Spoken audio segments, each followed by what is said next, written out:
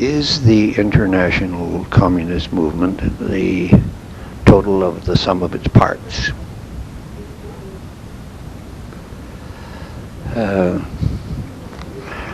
And perhaps the answer to that question is best examined from another question. That is to say, is an individual communist party the sum of the total of its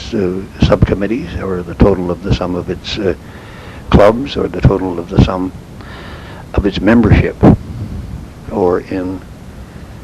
both cases, is there a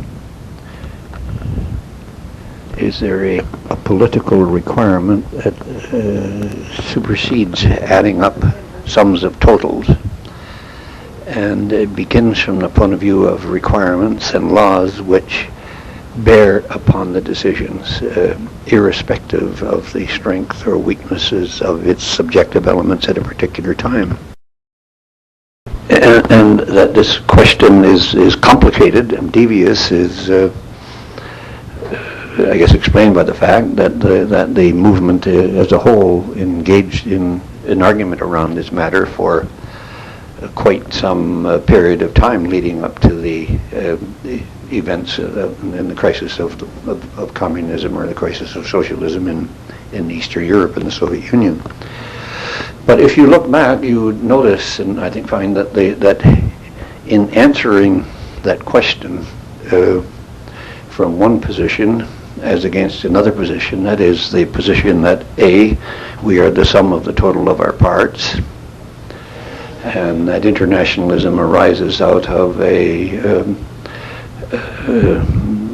combination of the work of each of the parties and all of the world put together on the one hand,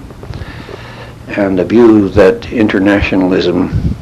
is an objective requirement of the communist movement, which requires, is the same as a national organization, work and effort and recognition of its essential priority